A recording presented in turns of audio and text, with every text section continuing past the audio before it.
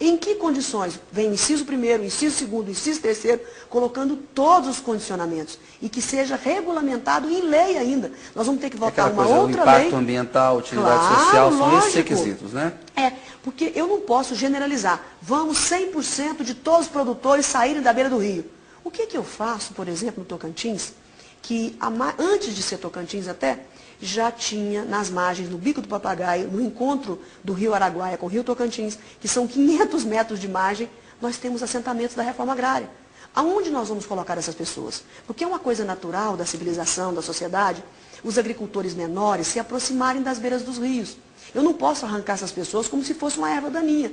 É muito mais fácil eu ir até lá e verificar se estão prejudicando a água ou não, e tirar só aquele que está prejudicando, ou fazendo ele se adaptar.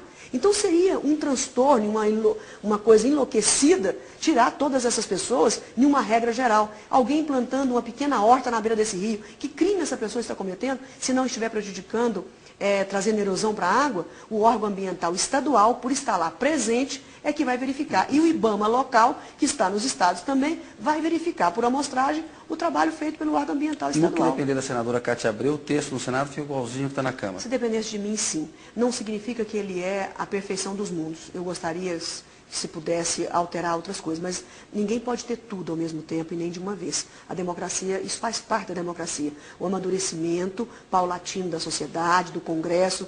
Então, diante do desespero que nós nos encontrávamos, até a votação na Câmara, já está para nós um mar de rosas, porque era um sofrimento absoluto e total.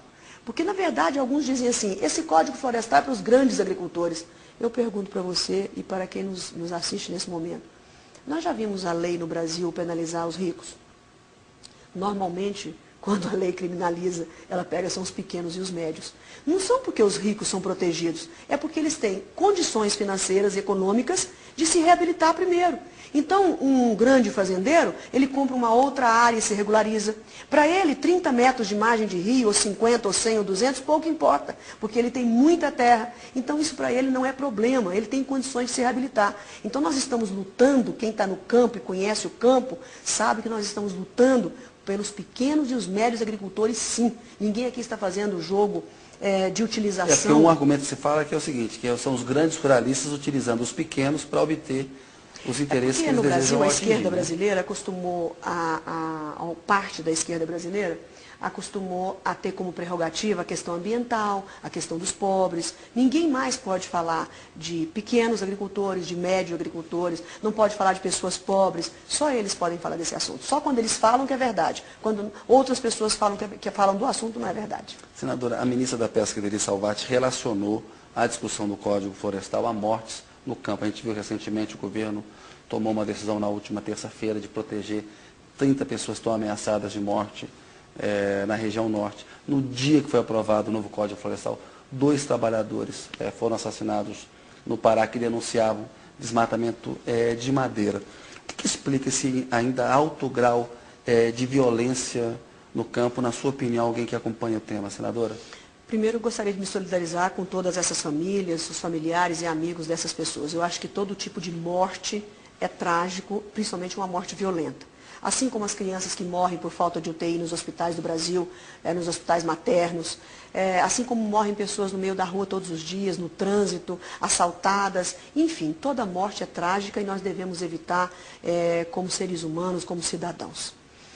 Segundo ponto, no dia do Código Florestal, morrem centenas de pessoas todos os dias no Brasil por violência no campo. Isso não é uma novidade. Nós estamos vendo os produtores rurais... Mas é grave, né? É gravíssimo. Nós estamos vendo os produtores rurais serem assaltados em suas fazendas, roubo de gado, roubo de animais, roubo de produção, também nos assentamentos da reforma agrária.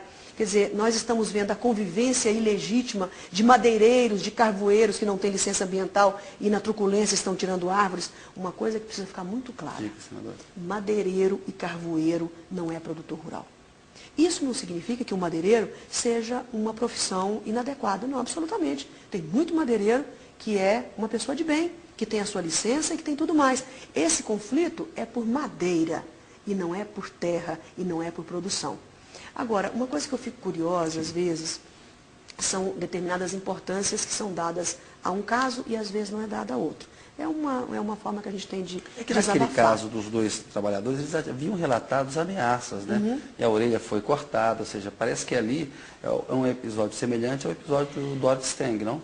Eu só não vejo nenhuma ligação e nenhuma conexão com o Código Florestal. Se nós passarmos, eu e você, 15 dias no sul do Pará, nós vamos ver coisas piores do que isso. Sinceramente, é um grande estado, um estado promissor, com terras extraordinárias, riquíssimo, mas o que tem saído na imprensa é verdadeiro. É uma terra sem lei.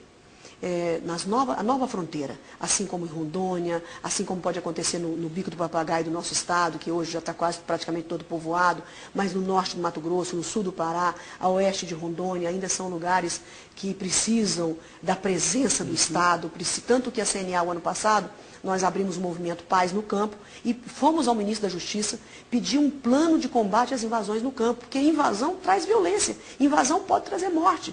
Nós sequer recebemos uma resposta do ministro da Justiça, do governo anterior, nos dando algum alento sobre isso. O plano de defesa contra os traficantes, contra o tráfico de pessoas. Quer dizer, todo esse combate, esses planos foram feitos. E por que não atendeu a CNA, nem sequer com uma resposta, com qualquer outro tipo de plano, para que nós pudéssemos combater as invasões? Invasão é ilegal, invasão também é crime. E ninguém nos ouviu. Nós também lutamos pela paz no campo, nós repudiamos qualquer tipo de violência. O que nós queremos é viver em harmonia. Nós precisamos de legalizar as nossas áreas de produção. Existe espaço para todo mundo. Agora, problema de madeira ilegal é problema de IBAMA resolver. É de órgão ambiental resolver. Porque quando se tira um tanto de madeira daquele que foi anunciado na imprensa, voando não sai de lá. Claro. Sai pelas estradas. Senador, portanto, a fiscalização tem que estar atenta. Infelizmente, o nosso tempo está acabando e tem muita coisa de meio ambiente ainda que eu queria falar com a senhora, mas rapidamente queria falar com a senhora um dado que saiu na última quarta-feira do IBGE, dizendo que 1/3 do que foi desmatado na Amazônia acabou sendo abandonado, se cresceu ali uma vegetação secundária. Isso não mostra que nesses 27% aí de terras que a senhora falou, que o Brasil usa para a agricultura, tem muita que está sendo subaproveitada, que foi desmatada, senadora? Eu vou lhe dar um número também muito interessante. Hoje, na mão dos produtores rurais, sob o domínio dos produtores rurais, na verdade nós temos 330 milhões de hectares. Quando eu digo 230, produzindo arroz com feijão e carne, porque 100 milhões de hectares desses 330 já é reserva legal dentro das propriedades. Isso aumentou desde 1960 para cá, aumentou em torno de 67% as áreas de reserva dentro das propriedades. Se o Código Florestal continuar da forma que está e não for modificado, no próximo censo agropecuário em 2016, você pode ter certeza que essa área de produção de alimentos estará reduzida à metade. O que nós temos que fazer? Procurar condições de transformar a questão do aquecimento global, de toda essa discussão de meio ambiente, numa oportunidade. Nós não podemos pensar que isso é um transtorno. Se nós queremos ocupar as terras degradadas e melhorar, tudo que um produtor rural quer é revitalizar. Nós precisamos de recursos em condições de que isso seja feito, como um programa do governo federal, o ABC, agricultura de baixo carbono, juro barato, prazo longo, justamente para revolver a terra e melhorar a sua fertilidade. Nós aplaudimos, porque isso é uma oportunidade. Nós estamos dispostos a usar toda a tecnologia disponível para melhorar as nossas terras. Senadora, eu queria falar agora do PSD, um pouco de política. Mas foi importante dedicar um programa ao tema do Código Florestal, que é um tema importantíssimo que está sendo discutido. A senhora vai ser presidente do PSD, como estão falando aí? Olha, não tem ainda nada definido sobre isso, porque nós estamos formando um partido novo. E eu confesso que todas as pessoas desse partido, que vai compor esse partido, ainda não fizemos em nenhuma reunião. Reuniões setoriais, reuniões parciais.